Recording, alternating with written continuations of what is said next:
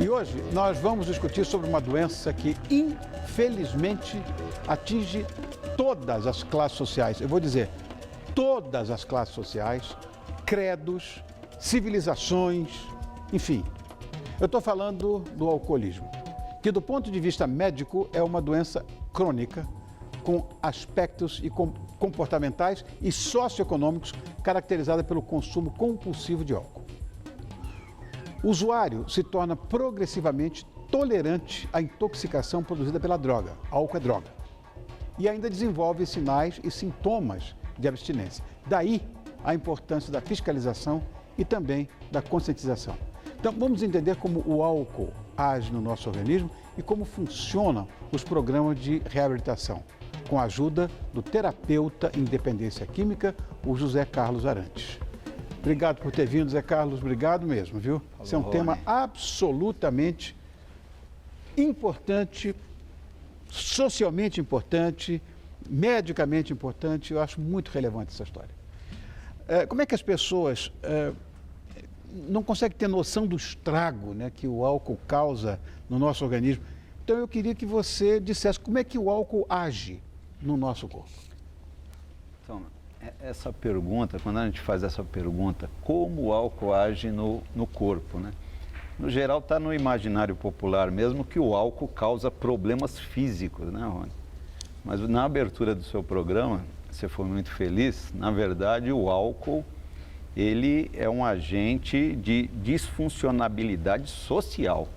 Seguramente. Nós temos mitos, meias-verdades que permeiam a nossa cultura, né? Que profissionais de marketing, toda uma cultura ancestral. Nós estamos aqui falando de uma droga razoavelmente segura, que causa uma dependência seletiva. Só algumas pessoas lá na frente vão ter problema. Então, o que que acontece? Aqueles que bebem seguramente, ou aparentemente seguramente, vai parecer que aqueles que estão bebendo de forma exagerada não têm moral, escolheram aquela vida de baixeza porque quiseram, né? Não é bem isso. E não é bem isso. Essa é a grande realidade. Ultimamente, nos últimos 20 anos, 30 anos, a ciência vem descobrindo algumas coisas muito interessantes com o advento aí da década do cérebro, né, de 1990 a 2000. Exatamente. Muitas coisas se descobriram. E hoje, quando a gente olha para o álcool, né, com o avanço da ciência, nós vamos ver que é uma substância psicotrópica, como cocaína, Acabei de falar. como maconha. Acabei de falar que era droga. É uma droga. Agora, existe uma diferença entre beber socialmente, você mesmo falou isso agora, e beber com muita frequência. Você seria capaz, claro que seria, o que define um alcoólatra? Pergunta interessante. Há um tempo atrás, do ponto de vista histórico, né, dificilmente você conseguiria fazer um diagnóstico de um alcoólatra. Por quê? Os inventários, os critérios diagnósticos, as perguntas que se faziam numa anamnese eram muito complicadas e o paciente, que no geral tem muita dificuldade de ir a tratamento e depois de ficar no tratamento, você não conseguia segurar ele ali. Então hoje, a partir de 1977, criou-se uma coisa muito simplesinha. É assim, ó, você vai bebendo uma substância psicotrópica, usando uma substância psicotrópica, pode usar à vontade. Um outro pauzinho vai subindo, que são o quê? Problemas. Então, dependência, que não é uma questão de tudo ou nada, é sinônimo de problemas. É simples. O álcool está lhe causando problema? Você já tentou parar alguma vez? Porque se eu pergunto para você, Rony, com todo respeito, Rony, você já tentou parar de beber alguma vez? Aí você vai perguntar, mas por quê? Não é? Se você já falou, eu já tentei, já é um critério. Ora, se você tentou, é porque você está tendo problema. É muito simples isso. O álcool está lhe causando problema? Alguma vez você tentou parar? Aí vem alguns critérios. Agora, dependência química hoje está muito bem definida nos manuais médicos, apesar de não ser reserva de mercado da medicina. Tratar dependente químico hoje não é uma questão médica, não é uma questão psicológica, não é uma questão do serviço social. Por quê? Porque o alcoólatra ele não se submete a nenhuma dessas áreas. Então você precisa de um conjunto multidisciplinar, entendendo o que é dependência, fazer com que ele vá a tratamento, depois fazer com que ele fique no tratamento, porque o tratamento é a longo prazo. O negócio de ficar me diga uma coisa, todo mundo pode se tornar um alcoólatra ou na verdade, existem pessoas ou organismos que têm a propensão ao alcoolismo? A questão genética hereditária é uma informação que tem que ser valorizada, mas é um conjunto de circunstâncias. A pessoa começa a beber, 80% das pessoas bebem. 80% aqui no Brasil, os últimos levantamentos. Desses, 32% fazem uso abusivo do álcool. O que é o uso abusivo? Tem problemas. E 11,7% dos brasileiros que bebem, que dá 18 milhões de pessoas, que é muita coisa, muita gente, preenche critérios de diagnóstico de dependência. Então a pessoa está no uso por algumas circunstâncias. Ele arruma um emprego lá numa metalúrgica e todo mundo bebe ali. E ele, por modelagem, por cópia, por imitação, começa a beber também. Para fazer parte da tribo. Para fazer parte da tribo. Nós não temos assertividade, não estamos bem informados que o álcool não é um produto qualquer, é um tóxico. Muito mais que agir no corpo, ele age na alma, no cérebro. É uma doença cerebral que ultrapassa a barreira sangue-encéfalo, vai lá no cérebro.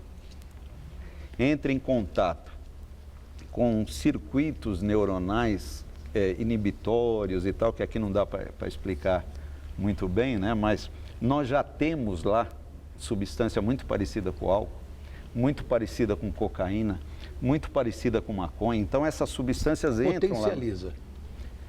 Seria isso.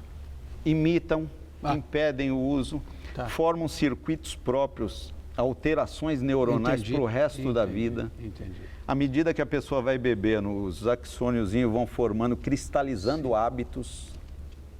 E a pessoa, depois que aprendeu a beber e aquele padrão de comportamento está aprendido. Só, no geral, só a abstinência que faz com que ele, vamos dizer assim, estacione a doença, porque é uma doença crônica para o resto da vida. Mas tem fases, né? O alcoolismo? Não. Ela tem fases. Na primeira fase, a pessoa não se sente doente.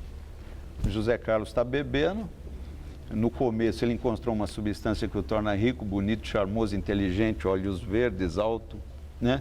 Ele se adapta bem à sociedade, melhora a sua performance, o álcool relaxa, ele fica bem lubrificado socialmente. Então ele tem o quê? Um reforço positivo, junto com a permissividade e a disponibilidade do álcool. Aí é que está. Claro. Então ele não encontrou nenhuma droga ilícita. O que impede ele de beber? Absolutamente nada. Ele não sabe que lá na frente ele pode ter problema. A maioria para sozinho, mas infelizmente 11,2% no último, 11,7% no último levantamento que teve, deu 18 milhões de pessoas que preenchem critérios de diagnóstico de dependência. Essa disponibilidade que você se referiu, é claro, você tem... A coisa é aberta, uma droga lícita. Tá. Como é que as pessoas devem agir diante, né, de toda essa disposição do álcool? Então, nós estamos aí numa sociedade ainda, né, ignorante sobre isso. Tem que convir que, de um lado, nós temos uma droga que está bem rotulada, cervejinha, vinhozinho e tal. Algumas pessoas bebem segura, como é que você vai proibir? Qualquer tipo de proibição não vai dar em nada. Agora, eu preciso me precaver de uma substância que causa muito mais danos e custos sociais do que todas as drogas ilícitas juntas. Você pega o crack, cocaína, 3 milhões de pessoas aqui no Brasil estão usando e é o segundo maior país de uso de cocaína. Absurdo, é verdade, eu li. Estados Unidos, depois Brasil. Eu li. 3 milhões, mas nós temos 18 milhões de alcoólatras. E nós prestamos muita atenção no crack, na cracolândia, mas não olhamos para o álcool. Se existisse medidômetro de sofrimento nas famílias, um medidômetrozinho, o álcool... Sem dúvida, sem dúvida. Então, o que alguma. Que nós... Mas essa coisa da predisposição, me parece que isso foi cientificamente provado, né? Que a pessoa tem essa predisposição ao alcoolismo. Você falou em genética. Quando a gente fala em genética, existe alguns estudos que mostram que você pega, por exemplo, você acompanha gêmeos monozigóticos, igualzinho, adotado por famílias não alcoólatras, o índice de alcoolismo de famílias alcoólatras adotada por família não alcoólatra é 4 vezes maior. Mostra que há o quê? Uma informação que tem que ser valorizada, mas muito mais a cultura do álcool. Porque se não tiver álcool disponível, se ele tiver educação sobre o beber de uma forma não abusiva, o padrão do uso do brasileiro é terrível. 20% dos brasileiros consomem 56% de toda a bebida fabricada. E a droga ataca quem? Ataca, na verdade, os nossos sonhos, porque ataca os nossos filhos. A gente não vê isso, nós estamos cegos. Claro. Quando o jovem está em crescimento, na poda cerebral, num momento de transformação, ele sai para fora, aqui nós fazemos uso binge, saímos para beber de forma rápida e violenta. O fígado, que é uma usina química, não tem tempo de metabolizar o álcool. E ele vai se adaptar àquela substância tóxica, que é um potente ansiolítico, relaxador, tal. Então, o menino dali para frente, né? Devido aos reality shows aí, que vê lá o pessoal dançando, tal, bebendo todas, ele, com 11 anos ele fala, quando eu vou poder fazer isso? E quando ele sai na primeira balada, já está tudo prontinho. Faz sentido? Faz, lógico. Como é que é feito o tratamento? Depois que a pessoa se tornou dependente, o tratamento é complicado. Como eu falei, a grande maioria não se acha dependente. Porque ele, se falar dependente, se ele falar eu sou dependente, ele está dizendo, a sociedade tem preconceito, está dizendo que ele é um pé inchado, né? Um fracassado. E ele cria mecanismos de defesa do ego dele, nega, minimiza. Ele pode chegar em casa que nem um bambu no vento e falar, não, eu só bebi uma azinha. Diz que o alcoólatra, depois de algum tempo, ele toma uma azinha e já cai duro, né? Com o tempo, ou não? Não é verdade? Não é bem assim. A reinstalação da doença, por exemplo, a pessoa vem bebendo durante algum tempo, 20 anos, entrou numa ingesta pesada e tal, se tornou dependente. Pois bem, ele fica sem beber durante 5 anos. Se ele voltar a beber, a reinstalação é um fenômeno previsível e repetitivo em todo mundo que se tornou dependente. Então ele toma alguns goles, depois de algum tempo a tolerância se reinstala. Quer dizer, ele volta ao padrão rapidamente. Entendi. Ele ficou evoluindo durante 20 anos. Aí depois ele volta a beber, a doença se reinstala muito rápido, mostrando que há uma doença crônica ali. Há um reconhecimento da substância e volta ao padrão antigo de uso. Mas o tratamento mesmo não é medicamentoso? Não existe medicação para dependência química, álcool e droga, não existe. O tratamento baseia-se no quê? Mudança de comportamento a longo prazo. Tá. Pelo menos 2, 3, 4 anos sem usar. Longo assim, Zé Carlos? É assim, o tratamento o que é? A pessoa é internada, por exemplo, a internação não serve, estou falando aqui para o Brasil. Sim. Não serve para quase nada. Os donos de clínica agora estão me escutando e sabem do que eu estou falando. Tá. A internação serve para quê? Porque está no imaginário popular da mãezinha, da esposa, que se internar, o cara está salvo. E não é verdade. A internação só serve para a pessoa aprender o que ela tem que fazer quando ela sair dali. E o que ela tem que fazer quando ela sair? Se internar dentro dos grupos anônimos. Ou então, numa terapia a longo prazo. Para quê? Para ele modificar o comportamento dele, centrar a sua vida em novos amigos e novos hábitos. A gente chama, o tratamento é espiritual. Quando eu falo espiritual, não é uma questão Sim, religiosa. Religiosa. Lógico, entendi. Ele tem que transformar hábitos, porque ele não usa para rezar. Ele criou hábitos altamente doentios. Então, o que ele tem que fazer? Criar novos hábitos. E demora para os gânglios de base fazer novos hábitos. Depois que ele criou novos hábitos, ele vai se submeter aos hábitos que ele criou. Mas, por enquanto, ele é escravo dos hábitos antigos. Vou falar uma frase religiosa, eu não sou religioso. Quem peca é escravo do pecado. Ele criou um condicionamento e agora ele faz aquilo que ele vinha fazendo durante muito tempo. Entendi. Dependência química é isso. Zé Carlos, se as pessoas quiserem, quer dizer, quem estão nos ouvindo agora, entrar em contato com você. Então, eu não ganho dinheiro, eu sou voluntário, eu tenho um programa de rádio há 14 anos, eu lido com dependente químico. Mas não tem política pública correta, não existe, não tem. Então tem que procurar os grupos. Justamente. Nós temos um atendimento para dependentes químicos em uma instituição.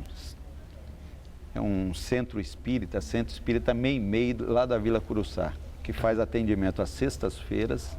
Qual é o endereço? Rua Georgina Diniz Braguiroli, 128. E para quem está com problema com álcool, ligue agora, plantão 24 horas, 3315-9333. Alcoólicos Anônimos, 9333. Alcoólicos Anônimos. O melhor tratamento que existe a longo prazo. Está na tela. Chegou, ficou, está salvo, nós podemos dizer assim. Beleza. E vai fazer a família sofrer menos e vai também ter uma qualidade de vida melhor. Vocês estão vendo que nem tudo está perdido, né? Porque aqui está esse terapeuta terapeuta em dependência química, que não é mole, que é o Zé Carlos Arantes. E nós estamos aqui com, se você quiser também, com www.alcoolicosanônimos.org.br e o telefone que é o 3315-9333. Obrigado, Zé Carlos. Meu irmão, obrigado pela oportunidade. Imagina, rapaz, eu fico Tudo vendo. bom. Beleza seu trabalho. Deus te abençoe. Estamos aí na luta. Deus te abençoe. Você na luta, eu na briga. Ó, eu tenho uma coisa.